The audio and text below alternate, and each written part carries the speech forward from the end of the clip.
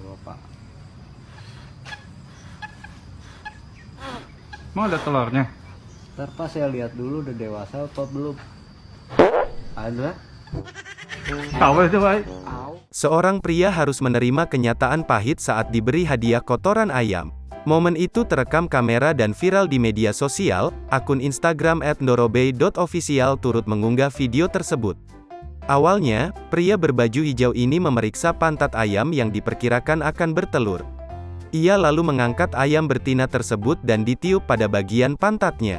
Saat meniup pertama, si pria sepertinya tak bisa melihat jelas keberadaan telur ayam. Hingga akhirnya pada tiupan kedua, pria itu malah langsung disemprot kotoran ayam dari pantat hewan tersebut di wajahnya. Si perekam video tak kuasa menahan tawanya. Pria itu lalu membersihkan wajahnya dengan lengan bajunya.